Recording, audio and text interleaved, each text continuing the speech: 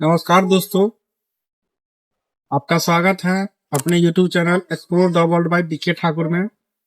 दोस्तों, हम आज बात करने जा रहे हैं भारत के एक महान संत श्री प्रेमानंद जी महाराज के बारे में।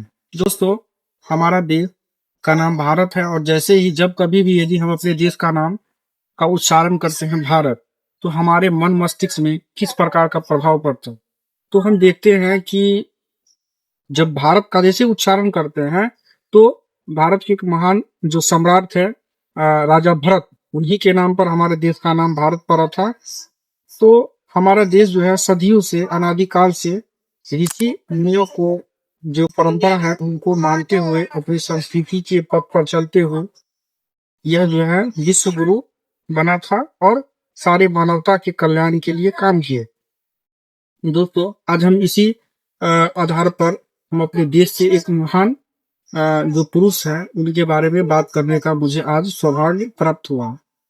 दोस्तों, आज हमने इस बात का पहले ही जिक्र किया है कि आज हम बात करने जा रहे हैं प्रेमानंद जी महाराज के बारे में।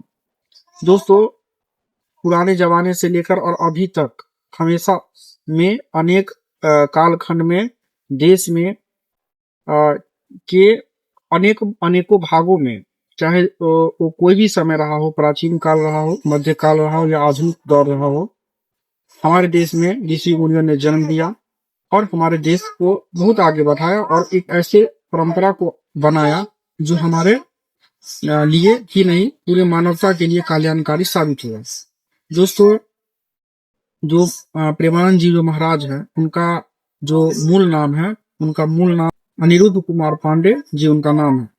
उनका जो धार्मिक नाम है प्रेमानंद शरण जी महाराज है।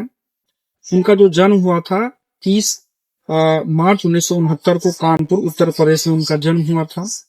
जब वह लगभग 9 वर्ष के थे तभी उनके मन में वैराग्य जैसा उत्पन्न होने लगा, लेकिन पारिवारिक कारण से उन्होंने उस चीज को अपनाने से मना किया गया और उनको, लेकिन क्या हुआ कि उनके मन में ये था ही, बट वो स्कूल में गए।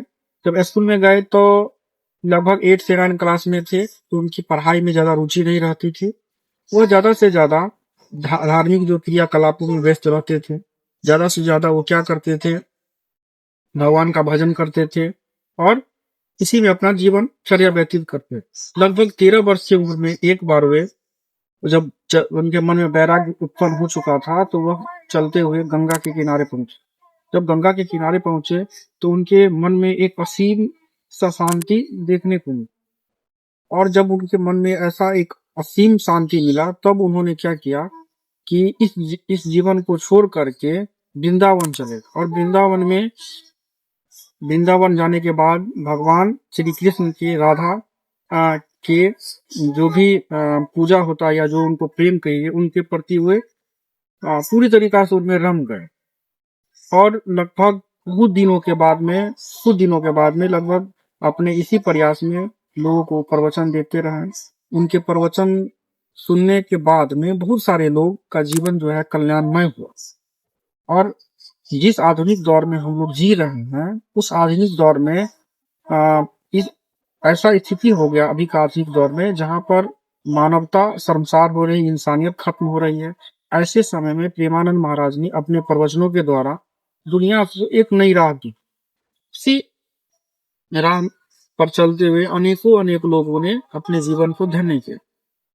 जैसे उनके कुछ जो भक्त थे, विराट कोहली फेमस क्रिकेटर, अनुष्का शर्मा अभिनेत्री, उनके लाखों फॉलोअर्स जो सोशल मीडिया से जुड़े हुए हैं, बहुत सारे लाखों फॉलोअर्स जो है वो उनको सुनते हैं ऑनलाइन।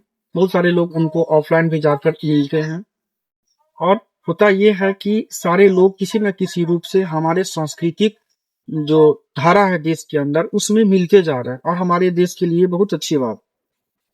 तीसरी बात यह है कि उनका तबीयत जो है वो खराब है। उनको एक डिजीज है, जीवनजात डिजीज होता है जिसका नाम है पॉलीसिस्टिक किडनी डिजीज। उस डिजीज का नाम है, वह एक जेनेटिक बीमारी और इसकी वजह से उनका दोनों किडनी फेल हो चुका है। इसीलिए वह रोज डायलिसिस कराते हैं और लगभग 10-15 साल से ही उनका किडनी दोनों फेल हो चुका है। इसीलिए उन्होंने दोनों किडनी का नाम, एक का नाम कृष्ण और एक का नाम राधा रखे हुए। बहुत सारे लोगों ने उन्हें पेशकश किया कि आप मेरी किडनी ले लीजिए, लेकिन उन्होंने इस पेशकश को मना कर दिया ताकि किसी दूसरे को दुख ना हो।